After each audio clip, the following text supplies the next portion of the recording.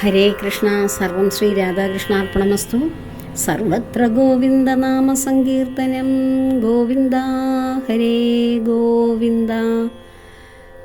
ഇന്ന് നമുക്ക് ശ്രീമദ് ഭാഗവതം 19-ാമത്തെ ഭാഗം നമുക്ക് ആ ഒരു ഭാഗത്തിൻ്റെ വിവരണം ആകാം. കഴിഞ്ഞ 2 ദിവസങ്ങളിൽ ഭാഗവതം അതിൻ്റെ ആ വിവരണം തരുവാൻ കഴിഞ്ഞില്ല. ഒരുപാട് ജോലി തിരക്കുകളും ഒക്കെ ആയിപ്പോയി. ഭഗവാന്റെ കാര്യം അങ്ങനെ മാറ്റി വയ്ക്കേണ്ടി വന്നതിൽ വളരെ ദുഃഖമുണ്ട്. എൻ്റെ മകൻ UK പഠിച്ചുകൊണ്ടിരിക്കുന്ന കുട്ടി, അവൻ വന്നിട്ടുണ്ട്. 3-4 ദിവസമായി വന്നിട്ട്. അപ്പോൾ അവൻ്റെ കാര്യങ്ങൾക്ക് പിന്നാലെയൊക്കെ നടന്ന് അങ്ങനെ ശ്രദ്ധ എല്ലാം അങ്ങോട്ട് പോയത് കാരണം ഭഗവാന്റെ കാര്യങ്ങൾക്ക് അല്പം ഒരു താമസമൊക്കെ വരുത്തി. എന്നോട് ഭഗവാനും ഭഗവാന്റെ പ്രിയപ്പെട്ട ഭക്തരും പൊറുക്കുമെന്ന് ആഗ്രഹിക്കുന്നു. കഴിഞ്ഞ ദിവസം നമ്മളിത് പറഞ്ഞു നിർത്തിയത് മഹാപ്രസ്ഥാനമായിരുന്നു, പാണ്ഡവന്മാരുടെ മഹാപ്രസ്ഥാനം. അപ്പോൾ പാണ്ഡവന്മാർ കലിയുഗം ആരംഭിച്ചു എന്ന് മനസ്സിലാക്കി അവർ മഹാപ്രസ്ഥാനത്തിനു വേണ്ടി കൈലാസപർവ്വതത്തിലേക്ക് പോകുന്നു. അവിടെ വെച്ച് അവർ മഹാസമാധിയിലേക്ക് യോഗനിദ്ര, അതായത് ആ നിർവികൽപ്പ സമാധിയിലൂടെ അവരുടെ ശരീരം ഉപേക്ഷിച്ചവർ പരമമായ സ്വർഗപ്രാപ്തി നേടുന്നു. വിതുരരും കുന്തിദേവിയും എല്ലാവരും അങ്ങനെ തന്നെ ചെയ്യുന്നു, ദ്രൗപദി ഉൾപ്പെടെ. അങ്ങനെ കലിയുഗത്തിൻ്റെ പ്രാരംഭമായി. ഭഗവാൻ ഭൂമിയിൽ നിന്ന് മറഞ്ഞതിന് ശേഷം കലിയുഗം ആരംഭിക്കുകയായി. അങ്ങനെ പാണ്ഡവന്മാരുടെ മഹാപ്രസ്ഥാനത്തിന് ശേഷം എല്ലാ ഗുണങ്ങളും തികഞ്ഞവനും പരമഭക്തനുമായ പരീക്ഷിത്ത് ബ്രാഹ്മണരുടെ ഉപദേശപ്രകാരം പ്രജാപരിപാലനം ആരംഭിക്കുകയാണ് ഉണ്ടായത്. അദ്ദേഹം ഉത്തരൻ്റെ മകളായ ഇരാവതിയെ വിവാഹം കഴിച്ചു. അദ്ദേഹത്തിന് ജനമേജയൻ മുതലായ 4 പുത്രന്മാരുമുണ്ടായി. പരീക്ഷത്തിന് ഗംഗാതീരത്തിൽ കൃപരെ പുരോഹിതനാക്കി ധാരാളം ദക്ഷിണകളൊക്കെ നൽകി 3 അശ്വമേധ യാഗങ്ങൾ പരീക്ഷിത്ത് ചെയ്തു. ഒരിക്കൽ പരീക്ഷിത്ത് ദിഗ്വിജയത്തിനായി സഞ്ചരിക്കുമ്പോൾ ഒരു പശുവിനെയും കാളയെയും ചവിട്ടുന്നവനും രാജാവിൻ്റെ വേഷം ധരിച്ചവനുമായ ഒരു ശൂദ്രനെ കണ്ട്. കലിയായിരുന്നു ആ ശൂദ്രവേഷത്തിൽ വന്നത്. പരീക്ഷിത്ത് പരാക്രമം കൊണ്ട് ആ കലിയെ കീഴടക്കി. അതുകൊണ്ടാണ് പരീക്ഷിത്ത് കലിയെ കീഴടക്കിയവനെന്ന് പറയുന്നത്. എന്തിനാണ് പരീക്ഷിത്ത് കലിയെ കീഴടക്കിയതും രാജാവിൻ്റെ വേഷം ധരിച്ച ആ ശൂദ്രൻ ആരായിരുന്നു എന്നും ഒക്കെ ശൗനകാദികൾ സൂത പൗരാണികനോട് ചോദിക്കുകയാണ്. അവരെന്തിനാണ് പശുവിനെയും കാളയെയും ഒക്കെ ആ ശൂദ്രൻ ചവിട്ടിയത്? കലിയുടെ രൂപത്തിൽ വന്ന്, കലി ഒരു ശൂദ്ര രൂപത്തിൽ വന്ന്. അത് ഭഗവാൻ കൃഷ്ണൻ്റെയോ ഭക്തന്മാരുടെയോ കഥയാണെങ്കിൽ ആ കഥ ഞങ്ങൾക്ക് പറഞ്ഞു തന്നാലും എന്ന് പറയുന്നു. ഭഗവാനെ പറ്റിയല്ലാത്ത സംഭാഷണങ്ങൾ ആയുസ്സിനെ പാഴാക്കി കളയുന്നതല്ലേ എന്ന് ശൗനകാദികൾ ചോദിക്കുന്നു. അല്പായുസ്സുക്കളും മരണധർമ്മത്തോടു കൂടിയവരും സത്യത്തെ അറിഞ്ഞാൽ കൊള്ളാം എന്ന് ആഗ്രഹിക്കുന്നവരുമായ മനുഷ്യർക്ക് ഈശ്വരനെ ഒഴികെ മറ്റു കാര്യങ്ങൾ അറിയുന്നത് കൊണ്ട് എന്തു പ്രയോജനമാണ്? അല്പായുസ്സുക്കളാണ് മനുഷ്യർ. അതുപോലെ തന്നെ ജനിക്കുമ്പോൾ തന്നെ മരണധർമ്മത്തോടു കൂടിയാണ് ഓരോരുത്തരും ജനിക്കുന്നത്. അങ്ങനെയുള്ള മനുഷ്യർ സത്യത്തെ അറിയണമെന്ന് ആഗ്രഹിക്കുന്നവരും അത് പ്രാധാന്യമാണ്. അങ്ങനെ ആഗ്രഹിക്കുന്നവരും ഭഗവാനെ എൻ്റെ കാര്യങ്ങൾക്കല്ലാതെ മറ്റെന്ത് കാര്യങ്ങൾക്കാണ് സമയം ചിലവഴിക്കേണ്ടത്? ഭഗവത് കാര്യങ്ങൾ കേട്ടാൽ മാത്രമല്ലേ നമുക്ക് കിട്ടിയ ആയുസ് കൊണ്ടൊരു ഗുണമുള്ളൂ എന്ന് ശൗനകാദികൾ സൂത മഹർഷിയോട് ചോദിക്കുകയാണ്. ഈ യാഗത്തിൽ ആലംബന കർമ്മത്തിനായി ഞങ്ങൾ യമനെ ക്ഷണിച്ചു വരുത്തിയിട്ടുണ്ട്. ഏത്? നൈമിശാരണ്യത്തിൽ 1000 സംവത്സരം നീണ്ടു നിൽക്കുന്ന ഒരു യാഗമാണല്ലോ ശൗനകാദികൾ നടത്തുന്നത്. അവിടേക്കാണല്ലോ സൂതൻ കടന്നു വന്ന് ഈ കലിയുഗത്തിൻ്റെ ആ വിഷമസന്ധിയിൽ നിന്ന് മനുഷ്യനെ എത്രയും വേഗം തരണം ചെയ്യുവാനും വളരെ വേഗം ഭഗവാനിലേക്കുള്ള ഭക്തി വർദ്ധിക്കുവാനും ഉത്തമമായ മാർഗം എന്താണെന്ന് ചോദിക്കുമ്പോൾ സൂതൻ ഭഗവത് കഥാമൃതമായ ഭാഗവതമാണ് അവിടെ വിവർത്തനം ചെയ്തു കൊടുക്കുന്നത്. ആ സഭയിലേക്ക് ആ ശൗനകാന്തികൾ നടത്തുന്ന ആ യജ്ഞകർമ്മത്തിലേക്ക് യമദേവനെയും ക്ഷണിച്ചിട്ടുണ്ട്. ഈ യജ്ഞം കഴിയുന്നതുവരെ 1000 സംവത്സരക്കാലം യമൻ അവിടെ ഉണ്ടാകും. അതുവരെ ആരും മരിക്കില്ല. കാരണം യമധർമ്മൻ അവരുടെ കൂടെ ആ യജ്ഞശാലയിൽ ഇരിക്കുകയാണ്. മനുഷ്യലോകത്തിലെ ജനങ്ങൾ ഹരിലീലാമൃതം പാനം ചെയ്യട്ടെ എന്ന് കരുതിയാണ് ഞങ്ങൾ യമനെ ഇങ്ങോട്ട് ക്ഷണിച്ച് കൂട്ടിക്കൊണ്ടുവന്നിരിക്കുന്നത്. ഹരിയുടെ ലീലാമൃതം കേട്ട് അതിൽ ഈ കലിയുഗത്തിൻ്റെ ആരംഭത്തിൽ മനുഷ്യൻ ജീവിക്കുമ്പോൾ എല്ലാവരും ആ കലിയുടെ പിടുത്തത്തിൽ നിന്ന് വിട്ടുമാറി ഹരിയുടെ ആ ലീലാമൃതത്തിൽ ആനന്ദസാഗരത്തിൽ ആറാടി ഭക്തരായി മാറി ഭഗവത് പാദത്തിലെത്തുവാൻ വേണ്ടി ഒരവസരം ഒരുക്കുവാൻ വേണ്ടിയാണ് യമധർമ്മനെ 1000 സംവത്സര കാലം ഞങ്ങൾ ഇവിടെ പിടിച്ചിരുത്തിയിരിക്കുന്നത് എന്ന് പറയുന്നു. മടിയും ബുദ്ധിശക്തി കുറഞ്ഞവരും അല്പായുസുക്കളുമായ മനുഷ്യരുടെ രാത്രി മുഴുവൻ ഉറങ്ങിയങ്ങ് നഷ്ടപ്പെടുകയാണ് ചെയ്യുന്നത്. ഇപ്പോൾ കലിയുഗത്തിൻ്റെ ഈ ആരംഭഘട്ടത്തിൽ നമ്മളുടെ അടുത്ത തലമുറ കൂടുതൽ മടി പിടിച്ചവരല്ലേ. ഒരു കർമ്മവും ചെയ്യാൻ അവർക്കൊരു ഉത്സാഹവുമില്ല. എല്ലായ്പ്പോഴും മടി പിടിച്ചിരിക്കുന്നു. അവരുടെ കാര്യങ്ങളെല്ലാം മറ്റാരെങ്കിലും ചെയ്തിരുന്നെങ്കിൽ എന്ന് ആഗ്രഹിക്കുന്നു. അതിൻ്റെ ഫലമായിട്ടാണ് നമ്മൾ AI സമ്പ്രദായമൊക്കെ, ആർട്ടിഫിഷ്യൽ ഇൻ്റലിജൻസ് സമ്പ്രദായമൊക്കെ വളരെ വ്യാപകമായി വന്നുകൊണ്ടിരിക്കുന്നത്. മനുഷ്യൻ്റെ ജോലി അവർ ചെയ്തുകൊള്ളും. മനുഷ്യർ മടിയുടെ ഒരു പരമോന്നതയിലേക്ക് എത്തുവാനുള്ള കാലം തുടങ്ങിയിരിക്കുകയാണ്. അപ്പോൾ സാധാരണഗതിയിൽ തന്നെ മനുഷ്യർ കൂടുതൽ സമയവും അവൻ ഉറങ്ങി തീർക്കുകയാണ് ചെയ്യുന്നത്. പകൽ സമയമോ നിഷ്പ്രയോജനമായ കർമ്മങ്ങളിൽ ഇങ്ങനെ വ്യാപരിച്ചുകൊണ്ട് സമയം പാഴാക്കുന്നു. നിഷ്പ്രയോജന കർമ്മം എന്ന് വെച്ചാൽ ഭഗവാനെ അറിയാത്ത കർമ്മങ്ങളെല്ലാം മനുഷ്യ ജീവിതത്തിൽ നിഷ്പ്രയോജനം തന്നെയാണ് എന്നാണ് ഇവിടെ സൂതനോടൊപ്പം ഇരിക്കുന്ന മറ്റ് മഹർഷിമാർ പറയുന്നത്. അതിനാൽ പരീക്ഷിത്ത് ശൂദ്രനെ ശിക്ഷിച്ചതിന് കാരണം എന്താണെന്ന് ഞങ്ങൾക്ക് പറഞ്ഞു തരൂ എന്ന് ശൗനകാദി മഹർഷി ചോദിച്ചതിന് സൂതൻ കൊടുക്കുന്ന മറുപടിയാണ്, കുരു ജാങ്കലത്തിൽ താമസിക്കുന്ന പരീക്ഷിത്ത് തൻ്റെ രാജ്യത്തെ കലി ബാധിച്ചതായി കേട്ടു. അങ്ങനെ കലിയെ ശിക്ഷിക്കാനായി അദ്ദേഹം വില്ലെടുത്തു. കറുത്ത കുതിരകളെ പൂട്ടിയതും സിംഹധ്വജത്തോടു കൂടിയതുമായ ആ തേരിൽ കയറി വലിയൊരു സൈന്യത്തോടെ അദ്ദേഹം ദിഗ്വിജയത്തിനായി പുറപ്പെട്ടു. ഭദ്രാംശം, കേതുമാലം, ഭാരതം, ഉത്തര കുരു, കിംപുരുഷം മുതലായ രാജ്യങ്ങളിലെല്ലാം പരീക്ഷിത്ത് അവിടെയെല്ലാം സഞ്ചരിച്ച് വിജയം വരിച്ചു. രാജാക്കന്മാരിൽ നിന്നും ആ പരാജയപ്പെടുത്തിയ രാജാക്കന്മാരിൽ നിന്നും കപ്പം വാങ്ങി തൻ്റെ പിതാമഹന്മാരായ പാണ്ഡവരുടെ ചരിത്രത്തെ അതാത് ദേശത്തുള്ളവർ വർണ്ണിക്കുന്നത് അദ്ദേഹത്തിന് കേൾക്കാൻ കഴിഞ്ഞു.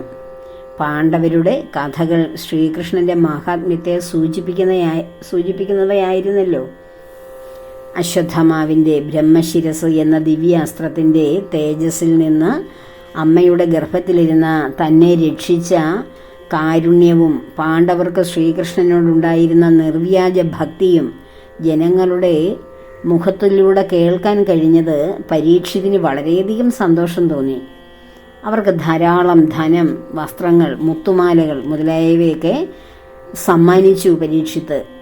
ജനങ്ങൾക്കെല്ലാം തങ്ങളുടെ പിതാമഹന്മാരെയും ഭഗവാൻ ശ്രീകൃഷ്ണ പരമാത്മാവിനെയും വാഴ്ത്തി പാടിയവർക്കെല്ലാം. ഭക്തന്മാരായ പാണ്ഡവന്മാർക്കു വേണ്ടി ഭഗവാൻ അർജുനന്റെ തേര് തെളിച്ചില്ലേ?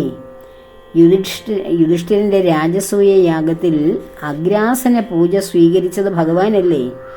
രാജസൂയത്തിന് വരുന്നവരുടെ കാൽ കഴുകിക്കുന്ന ആ ഒരു സേവനം അദ്ദേഹം ചെയ്തില്ലേ? പാണ്ഡവന്മാരോട് ഒരിക്കലും വിട്ടുപിരിയാത്ത സഖ്യം ഭഗവാൻ പുലർത്തിയില്ലേ? രാത്രിയിൽ ഉറക്കം ഒഴിച്ചിരുന്ന് പാണ്ഡവരുടെ കൂടാരത്തിന് അശ്വത്ഥമാവിൽ നിന്ന് കാവലൊരുക്കിയില്ലേ? പല സ്ഥലങ്ങളിലും പാണ്ഡവരൊന്നിച്ച് ഭഗവാൻ സഞ്ചരിച്ചില്ലേ? പലരുടെയും മുൻപിൽ വെച്ച് പലപ്പോഴും പാണ്ഡവരെ സ്തുതിച്ചില്ലേ? ഇങ്ങനെയുള്ള ഭഗവാന്റെ ആ ഭക്തവാത്സല്യത്തെയും ലോകർ മുഴുവൻ നമസ്കരിച്ചു കൊണ്ടിരിക്കുന്ന ശ്രീകൃഷ്ണന്റെ മഹിമയെയും കേൾക്കാൻ കഴിഞ്ഞത് പരീക്ഷത്തിൽ വളരെയധികം ഭക്തി വർദ്ധിക്കുവാൻ കാരണമായി. ഇങ്ങനെ സഞ്ചരിച്ചു കൊണ്ടിരിക്കുന്ന പരീക്ഷത്തിന്റെ മുൻപിൽ അനിഷ്ടമായ ഒരു കാഴ്ച വന്ന് നിറയുകയാണ്. 3 കാലും നഷ്ടപ്പെട്ടു നിൽക്കുന്ന ഒരു കാളയെയും അത്യന്തം ദുഃഖിതയായി കണ്ണുനീർ വാർത്തുകൊണ്ട് നിൽക്കുന്നവളായും പരവശയായ ഒരു പശുവിനെയുമാണ് പരീക്ഷിത്ത് കാണുന്നത്. 3 കാലുകളും നഷ്ടപ്പെട്ട ഒരു കാളയെയും വളരെ ദുഃഖിതയായി പരവശയായി കണ്ണുനീർ വാർത്തുകൊണ്ട് നിൽക്കുന്ന ഒരു പശുവിനെയും കാണുന്നു. കാളയും പശുവും വിശപ്പ് കൊണ്ട് വല്ലാതെ മെലിഞ്ഞിരുന്നു. കാള ധർമ്മദേവനും പശു ഭൂമിദേവിയുമായിരുന്നു. കാള പശുവിനോട് ചോദിക്കുന്നത് പരീക്ഷിത്ത് കേൾക്കുകയാണ്. അല്ലയോ മംഗളസ്വരൂപിണി, ആ പശുവിനോട്, അതായത് ഭൂമിദേവിയോട് കാളയുടെ രൂപം പൂണ്ട ധർമ്മദേവൻ കാളയുടെ രൂപത്തിൽ വന്നതാണ്. ആ ധർമ്മദേവൻ പശുവാകുന്ന ഭൂമിദേവിയോട് ചോദിക്കുകയാണ്, അല്ലയോ മംഗളസ്വരൂപിണി, നിനക്ക് ക്ഷേമമല്ലേ? വാടിയ മുഖത്തോടു കൂടിയവളായും തേജസ് മുഴുവൻ നഷ്ടപ്പെട്ടവളായും നീ കാണപ്പെടുന്നുവല്ലോ. ദൂരത്തിൽ അകപ്പെട്ട ഏതെങ്കിലും ബന്ധുവിനെ പറ്റി ഓർത്തിട്ടാണോ നീ കരയുന്നത്? 3 കാലുകളും നഷ്ടപ്പെട്ട് ഒറ്റക്കാലിൽ നിൽക്കുന്ന എന്നെ കണ്ടതുകൊണ്ടുള്ള സങ്കടമാണോ? ഭാവിയിൽ അധർമ്മികളായ രാജാക്കന്മാരാണല്ലോ തന്നെ ഭരിക്കാൻ പോകുന്നത് എന്ന് വിചാരിച്ചാണോ അല്ലയോ ഭൂമിദേവി നീ ദുഃഖിക്കുന്നത്? ആരും യാഗങ്ങൾ ചെയ്യാത്തതിനാൽ ഹവിർഭാഗം കിട്ടാത്ത ദേവന്മാരെ പറ്റി ചിന്തിച്ചിട്ടോ മഴയില്ലാത്തതിനാൽ കഷ്ടപ്പെടുന്ന പ്രജകളെ പറ്റിയോ വല്ലതും ചിന്തിച്ചിട്ടാണോ ഭവതി ദുഃഖിക്കുന്നത്? ഭർത്താക്കന്മാർ കാരണമൊന്നും കൂടാതെ ഉപേക്ഷിച്ചതിനാൽ അനാഥകളായി തീർന്ന സ്ത്രീകളെ പറ്റി വിചാരിച്ചാണോ ദുഃഖിക്കുന്നത്? രാക്ഷസന്മാരെ പോലെ ക്രൂരരായ മാതാപിതാക്കന്മാരാൽ ഉപേക്ഷിക്കപ്പെട്ട പിഞ്ചു കുഞ്ഞുങ്ങളെ ഓർത്തിട്ടാണോ ദേവിയുടെ ഈ ദുഃഖം? കലികാലത്തെ ഓരോരോ വിശേഷങ്ങളാണ് ധർമ്മരാജാവ് ഭൂമിദേവിയോട് ചോദിക്കുന്നത്. സാഹിത്യ സംഗീത രംഗങ്ങളിൽ പ്രാകൃതർ കാട്ടിക്കൂട്ടാൻ പോകുന്ന വൈകൃതങ്ങളാൽ കഷ്ടപ്പെടുന്ന വാഗ്ദേവതയായ സരസ്വതി ദേവിയെ പറ്റി ആലോചിച്ചാണോ ദുഃഖിക്കുന്നത്? സംഗീത സാഹിത്യാദി രംഗങ്ങളിൽ വളരെ പ്രാകൃതമായ രൂപങ്ങളൊക്കെ ആവിഷ്കരിച്ചുകൊണ്ട് ഇനിയും വരാനിരിക്കുന്നു. ഇപ്പോൾ തന്നെ അതൊരു നമ്മുടെ യഥാർത്ഥ സംഗീത സാഹിത്യത്തിൽ നിന്നൊക്കെ വ്യത്യസ്തമല്ലേ ഇപ്പോഴുള്ളത്? ആദ്യകാലത്തെ സാഹിത്യം എന്ന് വെച്ചാൽ എന്തുവായിരുന്നു? വേദസാഹിത്യമാണ്. അത് കഴിഞ്ഞ് നമ്മുടെ ഒരു ഭാവനയ്ക്കനുസരിച്ചുള്ള വ്യത്യസ്ത തരം എഴുത്തിൻ്റെ സമ്പ്രദായങ്ങളിലൂടെ കടന്നുപോയി. ഇപ്പോഴോ അർത്ഥശൂന്യമായ കുറേ എഴുത്തുകൾ. സംഗീതവും അതുപോലെ തന്നെയാണ്. പൗരാണികമായ സംഗീതം, വളരെ തത്വങ്ങൾ, അടിസ്ഥാനപരമായ സംഗീതത്തിൻ്റെ അടിസ്ഥാനം അറിഞ്ഞ സംഗീതം, ആ ഒരു ശാസ്ത്രശാഖ പിന്നീട് സംഗീതത്തിൻ്റെ പേരിൽ എന്തൊക്കെയോ കാട്ടിക്കൂട്ടി വയ്ക്കുന്നു. ഇനിയും അങ്ങോട്ട് പോയാൽ സംഗീതവും സാഹിത്യവും ചിത്രകലകളും അതുപോലെയുള്ള പരമായിട്ടുള്ള എല്ലാ കഴിവുകളും സരസ്വതി ദേവിയിൽ നിന്നുണ്ടായ ആ കഴിവുകളെല്ലാം നഷ്ടമായി വളരെ പ്രാകൃതമായി മാറും. മനുഷ്യലോകവും അവരുടെ കഴിവുകളും എല്ലാം. അപ്പോൾ അതൊക്കെ ഓർത്തിട്ടാണോ ദേവി ദുഃഖിക്കുന്നത് എന്ന് ഭൂമിദേവിയോട് ധർമ്മൻ ചോദിക്കുകയാണ്. ബ്രാഹ്മണ കുലത്തിൽ പിറന്നിട്ടും ദുഷ്കർമ്മങ്ങൾ ചെയ്യുന്നവരോ അല്ലെങ്കിൽ ബ്രാഹ്മണ ഭക്തി ലേശം പോലെ ഇല്ലാത്ത രാജാക്കന്മാരെ പറ്റിയോ ചിന്തിച്ചിട്ടാണോ ദേവി ഇങ്ങനെ കരയുന്നത്? ബ്രാഹ്മണ കുലത്തിൽ പിറന്നിട്ടും ദുഷ്കർമ്മങ്ങൾ ചെയ്യുന്നവർ, ആ കുലത്തിൽ ശ്രേഷ്ഠ കുലത്തിൽ ജനിച്ചിട്ടും ബ്രഹ്മത്തെ അറിയുവാൻ വേണ്ടി ജനിച്ചവർ ദുഷ്ടകർമ്മങ്ങളിൽ ഏർപ്പെടുമ്പോൾ ഉണ്ടാകുന്ന മനോവ്യത കൊണ്ടാണോ? അതോ ബ്രാഹ്മണരെ ഭക്തിപൂർവ്വം സ്വീകരിച്ച് ഇരുത്തി അവരെ ആനന്ദിപ്പിച്ച് അവരുടെ മനസ്സിന് സന്തോഷം കൊടുക്കുന്ന രാജപരമ്പരകളുടെ ഇല്ലായ്മ കൊണ്ടാണോ? ബ്രാഹ്മണരെ അവഹേളിക്കുകയും ശിക്ഷിക്കുകയും ഒക്കെ ചെയ്യുന്ന ആ ഒരു രാജപരമ്പരകളാണ് ഇനിയും കലികാലത്ത് രാജ്യം ഭരിക്കുന്നത്. അധമന്മാരായ രാജാക്കന്മാരാണല്ലോ. അവരെക്കുറിച്ച് വിചാരിച്ചിട്ടാണോ ദേവി ദുഃഖിക്കുന്നത്? അതോ ആഹാരം, വസ്ത്രം, മദ്യം, സ്ത്രീ സേവ ഇവയിൽ മാത്രം മുഴുകി കഴിയാൻ പോകുന്ന അധർമ്മികളെ പറ്റി ചിന്തിച്ചിട്ടാണോ ദേവിയുടെ ഈ വേദന? ഭൂമിദേവിയുടെ ഭാരം നശിപ്പിക്കുവാനായി അവതരിച്ച ശ്രീകൃഷ്ണ ഭഗവാൻ തന്നെ വിട്ടുപിരിഞ്ഞു പോയല്ലോ എന്ന് വിചാരിച്ചായിരിക്കും ദേവി ഇങ്ങനെ വിഷമിക്കുന്നത്. ഇങ്ങനെ, അല്ലയോ ഭൂമിദേവി, നിന്റെ ദുഃഖ കാരണം എന്താണെന്ന് എന്നോട് നീ പറയൂ. നീ വല്ലാതെ മെലിഞ്ഞ് ക്ഷീണിച്ചിരിക്കുകയാണല്ലോ. ദേവന്മാർ പോലും ആദരിച്ചു കൊണ്ടിരുന്ന ഭവതിയുടെ സൗഭാഗ്യത്തെ ബലവാനായ കാലം അപഹരിച്ചു കളഞ്ഞുവോ? അപ്പോൾ ദേവന്മാർ പോലും ഭൂമിദേവിയുടെ ആ സകല സൗഭാഗ്യത്തെയും സൗന്ദര്യത്തെയും എല്ലാം പ്രകീർത്തിച്ചിരുന്നതാണ്. പക്ഷെ ഭൂമിദേവി ആകെ അവശയായി, ആര് കണ്ടാലും പരിതപിക്കുന്ന രീതിയിലായി മാറിയല്ലോ. കലിയുഗത്തിലെ ഭൂമിദേവിയുടെ ദുഃഖമാണ് നമ്മൾ കേൾക്കുന്നത്.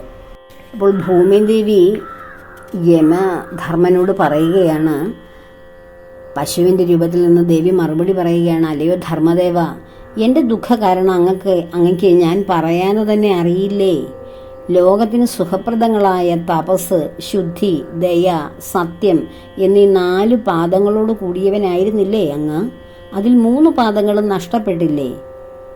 സത്യം, ശുദ്ധി, ദയ, ക്ഷമ, ത്യാഗം, സന്തോഷം, നിഷ്കപടത, മനോനിഗ്രഹം, ഇന്ദ്രിയങ്ങളുടെ അടക്കം, തപസ്, ഇങ്ങനെയൊക്കെയുള്ള ധാരാളം ഗുണങ്ങൾ നിറഞ്ഞ ശ്രീകൃഷ്ണ ഭഗവാനെക്കുറിച്ചാണ് ദേവി പറയുന്നത്. അതുപോലെ ദുഃഖത്തെയും ചിന്തയെയും ആവലാദികൾ കൂടാതെ സഹിക്കലാണ് തിദിക്ഷ. വിഷയങ്ങളിൽ നിന്ന് ഇന്ദ്രിയങ്ങളും മനസ്സും വിട്ടുപോകുന്നതാണ് ഉപരിതി. ശാസ്ത്രങ്ങൾ, തത്വങ്ങളെക്കുറിച്ചുള്ള വിചാരം, ഇതെല്ലാം ശ്രീകൃഷ്ണ പരമാത്മാവിൻ്റെ ഗുണങ്ങളാണ് ഈ പറയുന്നത്. ജ്ഞാനം, വൈരാഗ്യം, ഐശ്വര്യം, ശൗര്യം, തേജസ്, ബലം, ഓർമ്മ, കുശലത, കാന്തി, ധൈര്യം, മാർദ്ദവം, പ്രഗത്ഭത, വിനയം, സ്വഭാവഗുണം, ഇന്ദ്രിയബലം, മനോബലം, ഭാഗ്യം, ഗാംഭീര്യം, സ്ഥിരത, വേദവിശ്വാസം, കീർത്തി, എല്ലാവരും മാനിക്കത്തക്ക യോഗ്യത, അഹങ്കാരമില്ലായ്മ, മഹത്തുക്കൾ ആഗ്രഹിക്കുന്ന ഈ ഗുണങ്ങളെല്ലാം ശ്രീകൃഷ്ണ പരമാത്മാവിന് ഉള്ളിൽ പൂർണ്ണനായ ആ ശ്രീകൃഷ്ണ ഭഗവാന്, ഇതെല്ലാം ഉള്ള ഭഗവാൻ എന്നെ വിട്ടു പോയതിനാലും അതോടെ കലി ബാധിച്ചതിനാലുമാണ് ഞാൻ ഇങ്ങനെ സങ്കടപ്പെടുന്നത്. അപ്പോൾ ശ്രീകൃഷ്ണ ഭഗവാൻ ഉണ്ടായ ഗുണവിശേഷങ്ങളാണ് ദേവി ഈ പറഞ്ഞത്. എത്രയോ ഗുണവിശേഷങ്ങളുടെ ഉറവിടമാണ് ഭഗവാൻ. ഭഗവാൻ എന്ന വാക്കിൽ തന്നെ എല്ലാ ഭാഗത്തും നിറഞ്ഞിരിക്കുന്നു. അപ്പോൾ ബ്രഹ്മചൈതന്യത്തിൻ്റെ ഒരു മനുഷ്യരൂപം, ഒരു സ്ഥൂല രൂപം, തൻ്റെ മായാശക്തിയിൽ കൊണ്ട് തനിക്കൊരു ശരീരം സൃഷ്ടിപ്പിച്ച് ആ ശരീരത്തിൽ മനുഷ്യ ശരീരമാണെങ്കിലും അത് ബ്രഹ്മത്തിൻ്റെ എല്ലാ ഗുണങ്ങളും നിറഞ്ഞ ആ ശ്രീകൃഷ്ണ പരമാത്മാവ് ഈ ഭൂമി വിട്ടു പോയപ്പോൾ എനിക്കുണ്ടായ ദുഃഖം, അദ്ദേഹം ഇവിടെ ജീവിച്ചിരുന്നപ്പോൾ എനിക്ക് എന്ത് സന്തോഷമായിരുന്നു. കാരണം അധർമ്മികളോ അജ്ഞാനികളോ അക്രമികളോ ഒന്നും ഇവിടെ വാഴുവാൻ അദ്ദേഹം അനുവദിച്ചിരുന്നില്ല. ആ ഭഗവാന്റെ ആ സംരക്ഷണയിൽ, സന്തോഷത്തിൽ ഭഗവാൻ ലോകത്തെ നയിച്ചിരുന്ന ആ സമയത്ത് ഞാൻ വളരെ സന്തോഷവതിയായിരുന്നു. എന്നാൽ ഭഗവാൻ പോയതോടുകൂടി, ഭഗവാൻ പോയി എന്ന് മാത്രമല്ല, ആ സമയം മുതൽ കലി ഈ ഭൂമിയെ ബാധിക്കുവാനും തുടങ്ങി. അതോടുകൂടി എൻ്റെ സന്തോഷവും എൻ്റെ ബലവും സൗന്ദര്യവും തേജസ്സും എല്ലാം നഷ്ടപ്പെട്ടു പോയി എന്ന് ദേവി ആവലാതി പറയുകയാണ്. അതുപോലെ തന്നെ ദേവന്മാർ, ഋഷികൾ, പിതൃക്കൾ, സജ്ജനങ്ങൾ, ഇങ്ങനെ 4 വർണ്ണങ്ങളാലും ആശ്രമങ്ങളിലും പെട്ടവർ, വർണ്ണാശ്രമധർമ്മ ആശ്രമങ്ങളിൽപ്പെട്ടവരും ഭാവിയെപ്പറ്റി ആലോചിക്കുമ്പോൾ അവരുടെ ഇനിയുള്ള ഭാവി, താപസന്മാരും ഋഷീശ്വരന്മാരും സജ്ജനങ്ങളും അതുപോലെ തന്നെ ചാതുർവർണ്ണയത്തിൽ ഏർപ്പെട്ട ജനങ്ങളുടെയും 4 ആശ്രമങ്ങൾ, ബ്രഹ്മചര്യം, ഗൃഹസ്ഥാശ്രമം തുടങ്ങിയ 4 ആശ്രമങ്ങളിൽപ്പെട്ടവരുടെയും ഒക്കെ ജീവിതം ഈ ഭൂമിയിൽ അങ്ങനെയുള്ളവരാണല്ലോ. സത്തുക്കളായിട്ടുള്ളവർ, മഹർഷീശ്വരന്മാർ, യോഗികൾ, പിന്നീട് ഗൃഹസ്ഥാശ്രമം നയിക്കുന്നവർ, അങ്ങനെ അതുപോലെ ചാതുർവർണ്ണയത്തിൽ ബ്രാഹ്മണർ, ക്ഷത്രിയർ, വൈശ്യർ, ശൂദ്രർ തുടങ്ങിയ കർമ്മമനുസരിച്ച്, ജോലി അനുസരിച്ച് വേർതിരിക്കപ്പെട്ട 4 വിഭാഗങ്ങൾ. ഇവരൊക്കെയാണല്ലോ ഭൂമിയിൽ ജീവിക്കുന്നത്. ഇവരുടെയൊക്കെ ജീവിതത്തെക്കുറിച്ച് ഓർക്കുമ്പോൾ എനിക്ക് വല്ലാത്ത വേദനയാണെന്ന് ധർമ്മരാജാവിനോട് ഭൂമിദേവി പറയുകയാണ്. ബ്രഹ്മാദി ദേവശ്രേഷ്ഠന്മാർ പോലും ഐശ്വര്യദേവതയായ ലക്ഷ്മി ദേവിയുടെ കാരുണ്യ കടാക്ഷം ലഭിക്കുവാനായി വളരെ കാലം തപസ് ചെയ്യുന്നു. ബ്രഹ്മാദി ദേവശ്രേഷ്ഠന്മാർ പോലും, ബ്രഹ്മദേവൻ ഉൾപ്പെടെയുള്ള ദേവശ്രേഷ്ഠന്മാർ പോലും ഐശ്വര്യദേവതയായ ലക്ഷ്മി ദേവിയുടെ കാരുണ്യ കടാക്ഷം ലഭിക്കുവാൻ വേണ്ടി വളരെ കാലമായി, യുഗങ്ങളായി തപസ്സനുഷ്ഠിക്കുകയാണ്. ആ ശ്രീദേവി തൻ്റെ വാസസ്ഥാനമായ താമരപ്പൂവിനെ ഉപേക്ഷിച്ച് അത്യന്തം സ്നേഹത്തോടെ ഭഗവാന്റെ പാദപത്മങ്ങളെ സേവിച്ചുകൊണ്ട് കഴിയുകയാണല്ലോ.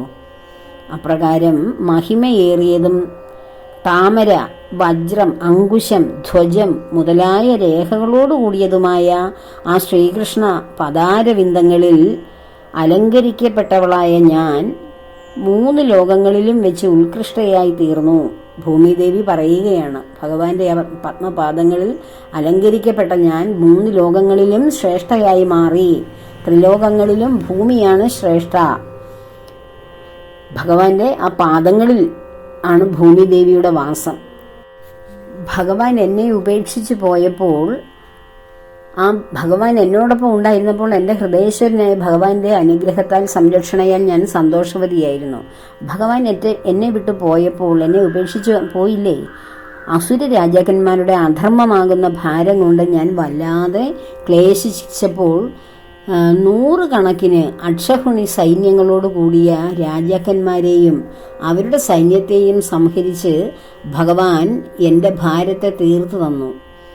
ധർമ്മദേവനായ അങ്ങയുടെ നഷ്ടപ്പെട്ട 3 പാദങ്ങളെ കൂട്ടിച്ചേർത്ത് അങ്ങയെ പൂർണ്ണനാക്കി തീർത്തില്ലേ.